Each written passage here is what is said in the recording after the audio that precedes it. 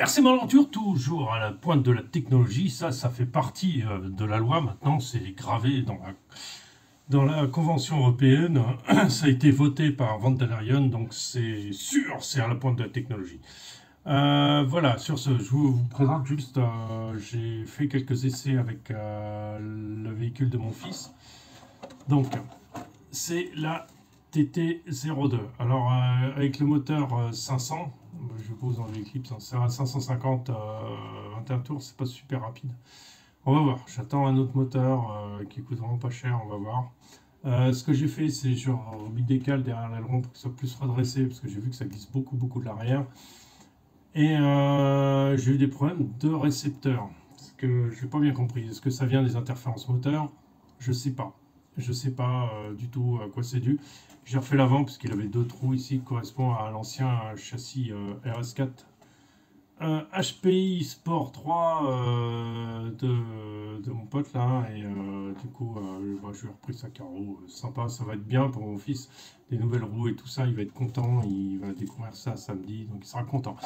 D'un autre côté, j'ai essayé de remettre en route la Carten T410, donc celle qui a roulé toute l'année dernière. J'essaye de la mettre. Alors, je passe un coup de gueule. Alors, je m'évertue à essayer de la mettre en route, cette voiture. Alors, elle a la vitesse, elle a tout ça. J'ai voulu reprendre les réglages comme j'ai fait une vidéo explicative. Et j'ai poussé un petit coup de gueule contre Carten. Pas méchant, mais faut quand même dire les choses telles qu'elles sont, quoi. Faut être réaliste par rapport à ça. Alors, ce qu'on va dire, c'est tout simple. Il y a des. Alors, ce châssis, le T410, marche très bien par rapport à une Tamiya. C'est un bon choix, comme j'ai expliqué, c'est un bon choix par rapport à Tamiya, c'est plus performant. Mais ça a quelques défauts, c'est-à-dire c'est plus performant, plus précis, mais bon, après, c'est tout le train avant et c'est important. Et la tenue de route est bien meilleure que la TT02 de base. Mais le problème, c'est ça reste la solidité de certaines pièces là-dessus. Qui sont des pièces tampons, je le prends, pas de problème, je prends comme il faut et tout ça. Le problème, c'est ces pièces tampons. C'est justement ça qui me pose le plus de problèmes pour l'instant. Ces pièces tampons sont difficilement disponibles.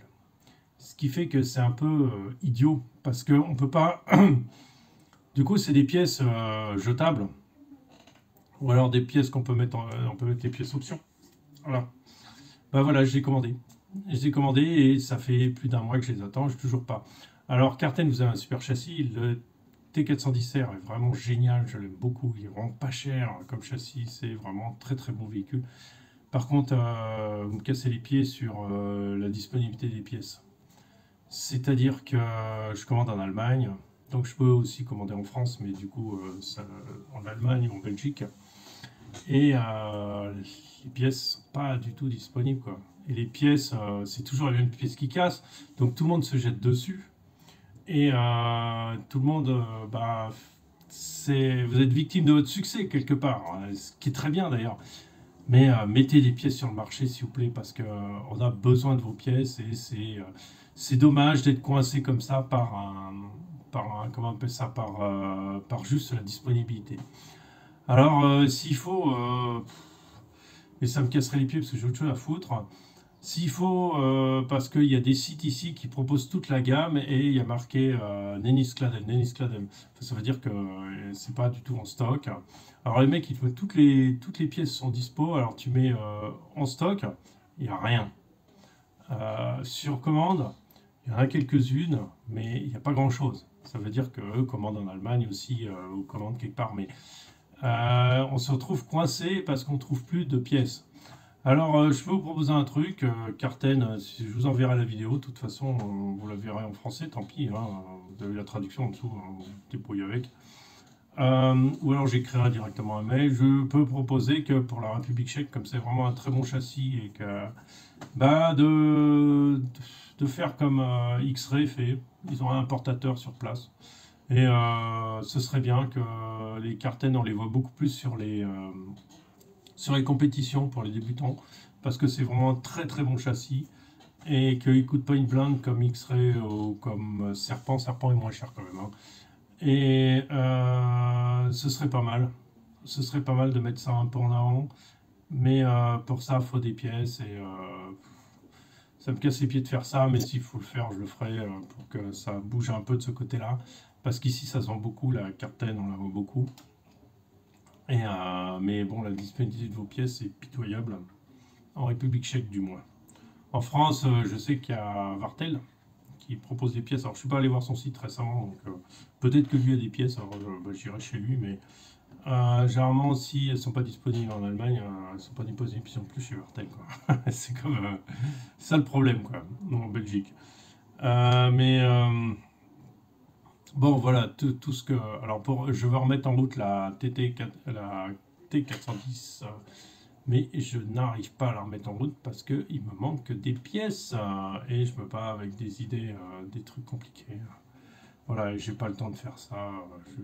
J'en ai marre de chercher. Je prends la tête à prendre des solutions en ce moment, j'ai autre chose à faire que d'essayer de courir après des pièces ou sur un site internet pour savoir si passer 5 commandes pour 5 pièces dans 5 sites différents, bon, ça marche pas.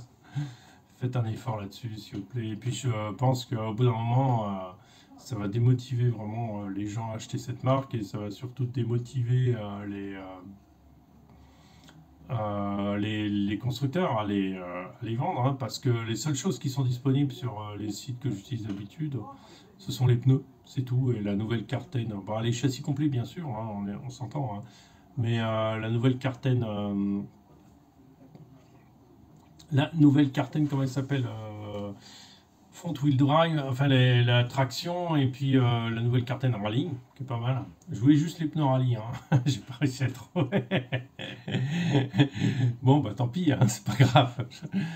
Tant pis pour moi, c'est pas bien grave. Après, ce qu'il y a encore j'ai vu que ces châssis, on les retrouvait sous une autre marque, avec des carrosseries super sympas, des carrosseries rétro. Alors j'essaierai de vous mettre un lien en dessous, parce que j'ai pas en tête la marque que c'est, avec des vieilles Alfa Romeo de rallye, des vieilles, mais vraiment top, top, top, mais c'est sous un autre nom. C'est quand même bizarre. Mais bon, et c'est disponible chez moi, c'est pas forcément pas cher, parce qu'on est allez, dans les plus de 300 euros. Voiture complète, hein, on s'entend, donc c'est les prix Carten RTR, hein. Et mais par contre, la carreau, elle est super jolie. Alors, comme toujours, la carrosserie, à part, on la trouve pas ou difficile à trouver. Voilà, c'est un peu le côté un peu chiant du truc. C'est une carrosserie super marrante, par contre. Super marrante. Et ils refont un peu comme Kyosho Phaser. Je sais plus comment il s'appelle, le Phaser FX2 ou je sais pas quoi, comment il s'appelle. Et le phaser, Kyosho a compris, ils te déclinent sur le châssis. Alors, il y a la version brushless, hein, bien sûr, mais ils te déclinent, je sais pas, une quinzaine de carrosseries, un peu ce que fait Tamiya aussi, hein. Mais c'est super sympa parce qu'ils ont des Dodge Challenger, ils ont je sais même pas s'ils ont de la Mustang, mais ils ont des trucs super, hein, super la classe. Bon, après, pour ceux qui sont habitués à faire la piste, les belles carreaux, ça reste, ça reste quand on la met sur l'étagère, hein. C'est un peu ça, parce que la piste, ça défonce le matos, c'est hallucinant mécaniquement. Je m'attendais pas à ça non plus. En tout cas, ça va, voilà. On a roulé aujourd'hui, il n'y a pas de vidéo, malheureusement. Après, au bout de 10 jours sans rouler, en fait, tu perds vite en dextérité, donc on se retrouve un peu, on s'est retrouvé plus à faire un peu du remise à niveau. J'ai trouvé un terrain pas trop mal, un peu plus glissant par contre, parce qu'il est moins propre. Voilà, on trouve des gravillons en voiture, alors que sur le terrain, il n'y avait pas du tout de gravillons, rien du tout. Et il n'est pas super plat, il est un peu légèrement en pente, donc c'est pas top top. Mais écoutez, c'est très bien parce qu'il y a beaucoup de place et c'est ça. Après, on verra combien de temps. Je me suis entendu avec la personne, elle m'a dit c'est pas un problème. C'est en place d'un cinéma en plein air. Donc c'est pas un problème, ça ne dérange pas. Après, qu'est-ce que je voulais vous dire ouais, donc j'ai pas fait de vidéo, j'ai oublié ma caméra, tout simplement. Ça aurait pu être marrant de faire une vidéo, mais ça n'a pas été super, super. Après, on a qu'est-ce qu'on veut dire? Il y a la semaine prochaine, on va se faire une petite course. Alors là, le but c'est de participer en mode hobby. Je sais pas ce que je vais prendre comme voiture, j'en sais rien. Pour l'instant, je sais pas. Je sais que je vais pas prendre le camion, j'ai pas envie de prendre la R. J'ai envie de prendre la Tamiya, c'est indéfonçable. Qui, mon fils, veut faire aussi la course, pourquoi pas. Le parcours est un peu vicieux par endroits. Pourquoi pas, il pourrait largement le faire avec ça là. Hein. Moi, je remettrai peut-être une autre carrosserie, mais avec ça. Tiens, je sais pas si je vous ai dit, j'ai mis des cales sous les lampes qui sont un peu plus orientées pour avoir un peu plus d'appui à l'arrière. On va voir si ça marche. Et on va voir comment ça évolue ça. Parce que moi, je suis chaud pour le faire, mais je suis pas au top là. Je suis vraiment très fatigué avec ce marché français. C'est toujours 15 jours, c'est très compliqué à gérer. Après le marché français, voilà. Donc sur ce, je vous souhaite une bonne journée, je vous dis à très bientôt. Ciao, ciao.